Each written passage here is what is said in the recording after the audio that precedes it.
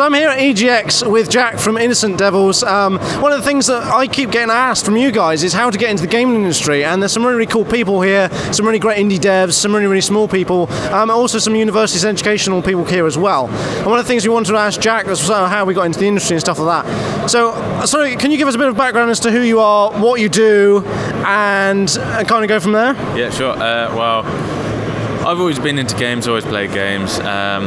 I've always been interested in making them, probably more than playing them. And so I just started with a load of mods when I was like 16. Yeah, like Battlefield mods, like Unreal 2004 mods, all that kind of stuff.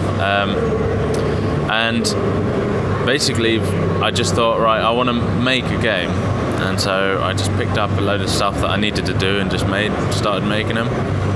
But it wasn't necessarily very easy. I had lots of problems, and it's such a massive subject that it's so hard to keep the enthusiasm going to learn everything you need when you don't often see a result. And I ended up getting to where I am now, which still is a long way to anywhere. Is I just kept talking to people about it, kept talking to people about my interests, and I got involved with this company because I was on holiday and the flight got cancelled, and I was in a lift and there was a guy in there and didn't know him, didn't know each other. We just started talking about random stuff, and I said I made games, and he goes, "Oh, funny actually, because I've just started in a game studio." And just there was my entry point. Like, I'd been turned down for so many jobs. Like, you know, I didn't have the portfolio going, and it just all that kind of stuff. All that kind of stuff was just like where it went. Yeah. So in terms of when you sort of look at launching a game and getting popularity with the members of the public, how is that for you? Is it really easy just to go onto like Steam Greenlight and just say, "Oh, here's our amazing game," and people just kind of come flooding to you? Or is it really difficult to get the PR and get the publicity and get your game out there for the general public? It's actually really difficult. You have to make sure that you've got something that people want to see. Like, it's all well and good thinking that people are going to love everything you do, but they're probably not. And it's the people that you need to impress, really. And it's just through my experiences of our old games, I knew that, you know, this had an interesting art style. It was a thing that people would like and are liking at the moment. So it just happened that I loved that as well. So the combination of the two meant that I could make something which people appreciated, and we got greenlit in 10 days, which is like, in our schedule we put like 6 months, and then in 10 days we got greenlit, and it was just the coolest thing ever. So in terms of, you know, sort of development time and getting things out, I mean, is it really hard to try and get a game out really on schedule? And do you look at sort of extending the release date for it, or is it really easy just to kind of say, we're going to stick with the schedule, we're going to go and do it? Or do you have loads of bugs you think will iron out afterwards? It depends. This is the first game we've done with a bit of a budget, so it's easier to schedule it when you've got a budget, because you have to stick with it. But it is like, you do have to keep extending it. If it's not right, it's not worth putting out. And luckily for us, although we're on a budget, it's sort of expandable. Elastic, but this is why we want to get it on. We have to really get it on early access in November, just so that people can play it before we just rinse all the budget, and then people don't want to play it. So that's. So in terms of things like early access and making sure your game is really polished. I mean, I know things like DayZ have taken a lot of heat and stuff like that for not really for delivering what they've promised. And obviously, as indie devs, it's really difficult to try and keep to the time scale, keep to the budget, keep all your gamers happy, because obviously they're the most important people. So not everybody else. Yeah. I mean, how do you see, is early access something that's really good for you, or is it something you think, oh no, that's really stressful because now it means I've got to get it out then to get the game into as many hands as possible? Yeah, well, it's a balancing act, because there's a lot of, as you say, heat on developers on early access who've released stuff and then not followed through with it, and people have given them loads of money for it, and it's not. Some of them even just like stop developing.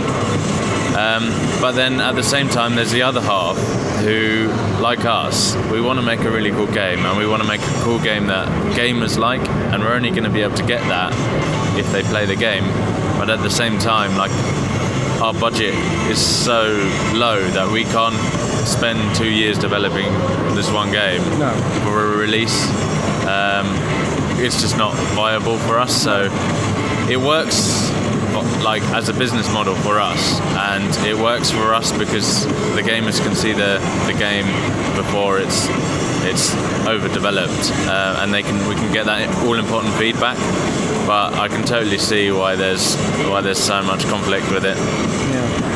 So in terms of the game for you, are you expecting to release a finished game and then maybe release a few patches, or is it going to be one of those things you're going to maybe release some DLC in a year's time, or see it develop into more of a series of games, or are you going to look at just saying, create that game, that's a finished game, create another game, and sort of expand, I guess, your art talent and stuff like that further? Yeah, well, what we want to do with this one is like traditional, just like in some ways, just there's the game, there's the price, and we just keep adding stuff to it. We want to make a really good game because it's good for us, it's good for the game, it's good for everyone. And then we don't want to do DLC and like make people pay for just something which we were going to do anyway. And on early access, we want to get like a solid game, but with not huge amount of content. Like, it's the maps which take the longest time to do, and like all the like different skins and textures and all that kind of stuff. So we'll just constantly keep adding that stuff, adding more and more maps, and just a base price. I think that's really quite refreshing to see, because you see like the likes of EA, for instance, a AAA title, it's just this huge company that's got billions of dollars to spend and throw at things, and they seem to be wanting to grab as much money from gamers as humanly possible. And I think one of the great things, well, especially with some of the Res guys here, and obviously guys like you, is you're not in it for the money, although obviously you still need to be able to eat, and you still need to be able to live. You're not in it to grab as much money as you can and then just to retire on this huge pension. You want to create great games for great people and see people playing great games, and they can be really happy to play. Yeah, definitely. I mean, at the end of the day, I'm not like a super corporate businessman. Like, I don't really know good ways of making lots of money. I just know I want to make good games, and I don't think it's fair if people are going to be playing the stuff I've loved to make and then just ripping them off. I just think that's not cool. That's not what I want to do. It's not who I want to be, and I'm trying to live by that, really. In a gaming industry where they just have this huge budget, and you come to things like this and you see like PlayStation's huge area and they've got all these people around, and all they're trying to do is they're trying to market this mass product to all these people, which is good because it means that it's great for them. I mean, it obviously means that they can do some great things, and they can pay advertisers fantastic amounts of money. But what it does mean is that guys like you not necessarily don't sort of get as much out of it, but it means it's more difficult for you to get a game out there, to get people to play that game, and for it to be released on as many platforms as possible. Yeah, definitely. I mean, a lot of the conflict is making a game which can stand up. Like, there's 3 developers, and people compare your game to places with 500 developers. I mean, that's good. It's like a healthy thing, but it is, the commercial side of it does take over sometimes. But then again, like, without that commercial side, I probably wouldn't have the background that I do. Like, I was like, my first game I played was Doom, and back in those days it was very like bedroom gaming. So I also a bit responsible for the commercialization of it because it's my money that funded it.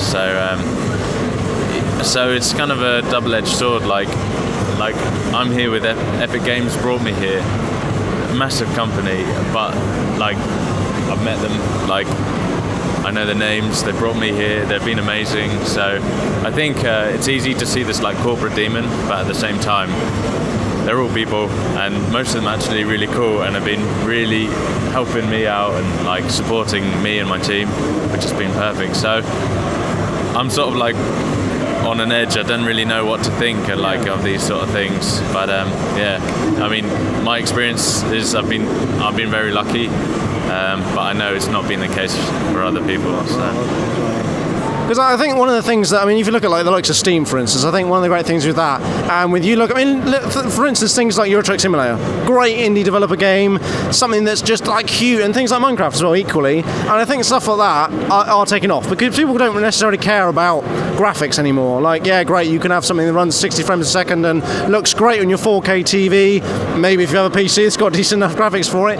But you know, some of the great things that people are doing. I mean, you look at the likes of Limbo, for instance, a great game to play physically. You know, equally with Congo, that sort of combines both of the things. You know, great graphics, fantastic gameplay as well, really artsy-fartsy piece, which is really good, which is what people love, isn't it? Yeah. I mean, there's in days sort of nearly gone past, it was about getting the most out of technology, and the graphics were just like a size thing, if you know what I mean. Whereas now it's like, okay, it might not have like a billion trillion particles with lights and all that kind of techie stuff. It's like, okay, that's a really cool style. And whether it's photorealistic, it's a cool style, or whether it's 2D pixel art, it's a cool style, and that's what's coming through now. So for you as an artist, do you see this as kind of like sort of an extension of you as a person and something you want to sort of impart your personality into, or is this something you're just thinking of how the best to sort of bring a game to gamers? Well, it's my heart and soul. So like, I put all my energy into doing it and thinking about it and working on it, that if just one person says, oh, that's nice, it's like the best feeling ever. I know that I have to get it to as many people as possible because that's sort of the aim of the game, but I'm just happy if one person says it's really good. Like, it makes all the work worthwhile. Well, I think that's pretty much it. Well, thanks so much for Jack. And your game Congo, where can people find more information about that? Yeah, there's the website, congothegame.com. There's the Twitter, @CongoTheGame. Also Facebook, Congo the Game. And on IndieDB, if you search Congo, there's always new stuff on there, updating. And it should be on early access in November. Sweet. Well, thanks so much. All right. Cheers. Thank you.